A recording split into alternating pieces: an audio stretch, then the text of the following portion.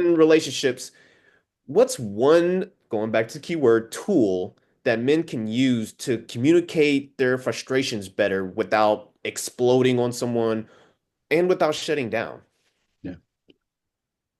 I think that there's like language is really important. Obviously, like, how we communicate.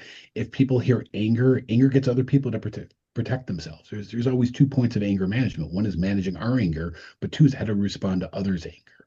And so, like, if I'm putting out anger, I'm probably going to get people getting anger back to me, or they're going to try to protect themselves. They're going to have their own fight or flight reaction.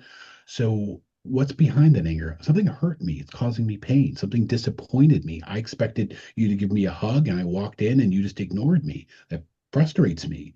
And so, how do I communicate that? Hey, hon, I'm disappointed. And that's not like, again, Goldilocks, not too hot, not too cold, kind of just right, and tone matters. And so I think like, yeah, Aaron, that's a great point. Like it shifts how people are going to hear my message based on the tone of my voice.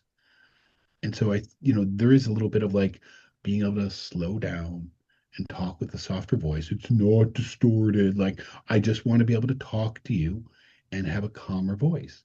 It's not like a baby voice. It's like just like it's one's a little more deferential. It's one of like I want to show people how I want to be treated is kind of the language. So I'm going to put out there what I want to get back. And so if I want people to show me care, it's like, I'm disappointed. I really wanted to hug when I walked in. It didn't feel like that was a really caring moment. Because I think it's a simple strategy.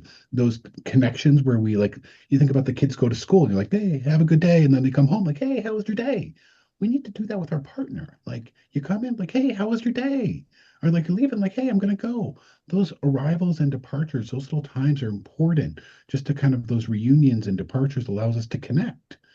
Because if we break the connection in our relationship, it really starts to ripple out and feeling like I can't rely on you. And it's not trust and infidelity, it's trust and a reliability component. And so I think being able to communicate that concern of like, hey, these are things that disappoint me or make me feel like I'm not connected to you.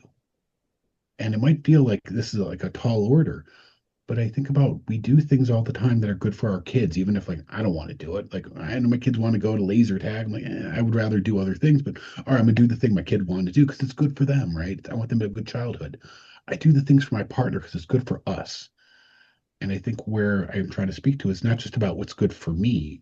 It's not just what's good for you. Somebody needs to think of us. And therein lies, it's good for us to kind of have those moments of connection.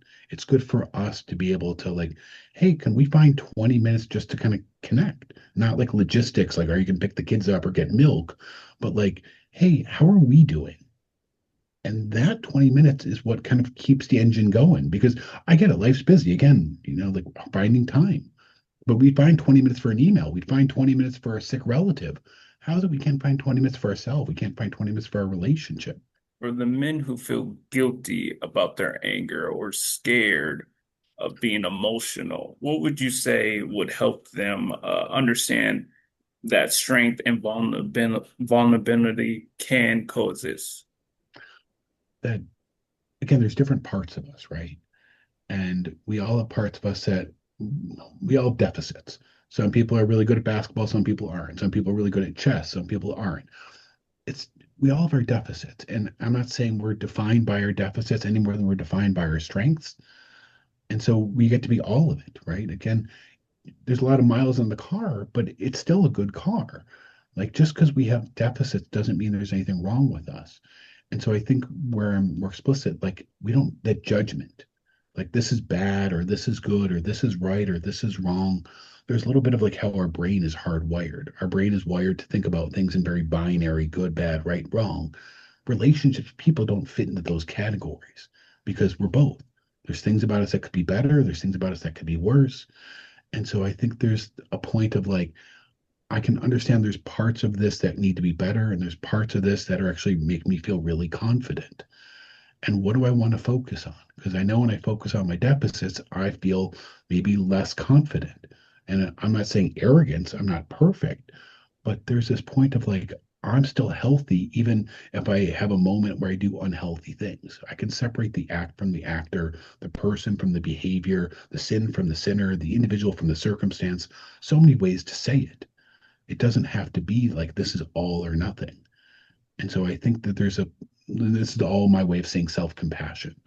And self-compassion might seem a little woo-woo, but like there is this point of like, I want to be kind to myself rather than being judgmental because it doesn't motivate me. It's like I think a lot of us maybe got a message, try harder, stupid. And at some point we stop trying harder, we just feel stupid. And so like I need to be kind to myself because I want people to be kind to me.